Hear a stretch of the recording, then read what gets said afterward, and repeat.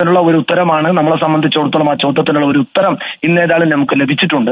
തീർച്ചയായും ഈ സന്ദർഭത്തിൽ കർണാടക ഗവൺമെന്റ് രണ്ടാമത് ആ ഡ്രഡ്ജിങ്ങിന്റെ കാര്യത്തിൽ അങ്കോല ടിവിയിൽ അവിടുത്തെ ഫിഷറീസ് മന്ത്രിയും MLA യും SP യും കളക്ടറും പങ്കെടുത്ത മീറ്റിംഗിൽ ഞാൻ അറ്റൻഡ് ചെയ്തിരുന്നു. 50 ലക്ഷം രൂപയുടെ എസ്റ്റിമേറ്റ് വെച്ച് രണ്ടാമത് പിറ്റേ ദിവസം പറഞ്ഞു 1 കോടി ചെലവ് വരും, ഡ്രഡ്ജിങ് കൊണ്ടുവരാൻ അസാധ്യം എന്ന് പറഞ്ഞപ്പോൾ അർജുന്റെ ഫാമിലി എന്നെ കോൺടാക്ട് ചെയ്തു. ബഹുമാനായ കോഴിക്കോട് MP MK രാഘവട്ടന്റെ കൂടെ ബാംഗ്ലൂരിൽ പോയി കർണാടക മുഖ്യമന്ത്രിയെ നേരിട്ട് കണ്ട് കാര്യങ്ങൾ ബോധിപ്പിച്ചപ്പോൾ ആ നിമിഷ നേരം കൊണ്ടാണ് അദ്ദേഹം ആ വലിയ ഫണ്ടിന്റെ കാര്യത്തിൽ അറേഞ്ച്മെന്റ് ഉണ്ടാക്കാൻ വേണ്ടി ജില്ലാ ഭരണകൂടത്തിന് ഉത്തരവ് നൽകിയത്.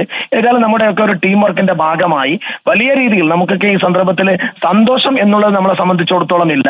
നമുക്ക് അർജുനെ നഷ്ടപ്പെട്ടു. എന്നാലും നമുക്കിതൊരു ഉത്തരമില്ലാണ്ട് നമ്മൾ അവിടെ നിന്ന് മടങ്ങിയിരുന്നെങ്കിൽ ജീവിതകാലം മുഴുവനും നമ്മളൊരു വേട്ടയാടലായ ജീവിതത്തിൽ അത് മാറുമായിരുന്നു.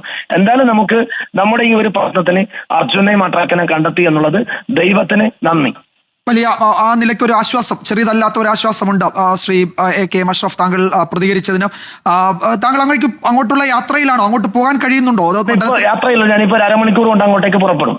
ശരി, വളരെ നന്ദി. നമുക്ക് അവിടെ എത്തിയ ശേഷം ഒരിക്കൽ കൂടി താങ്കളുമായി ബന്ധപ്പെടാൻ കഴിയുമെന്നാണ് ഞാൻ കരുതുന്നത്. AK അഷ്റഫ് MLA ആണ് പ്രതികരിച്ചത്. അദ്ദേഹം ഈ ദൗത്യത്തിന്റെ 1, 2, 3 ഘട്ടങ്ങളിൽ അവിടെ ക്യാമ്പ് ചെയ്ത് തന്നെ അതിന് നേതൃത്വം നൽകുന്നുണ്ടായിരുന്നു. കേരളത്തിന്റെ ഒരു പ്രതിനിധി എന്ന നിലയിൽ ഇപ്പോൾ മൃതദേഹം പുറത്തേക്ക് എടുത്തിട്ടുണ്ടെന്ന് തോന്നുന്നു ക്യാബിൽ. നമുക്ക് ശ്രീനാഥ്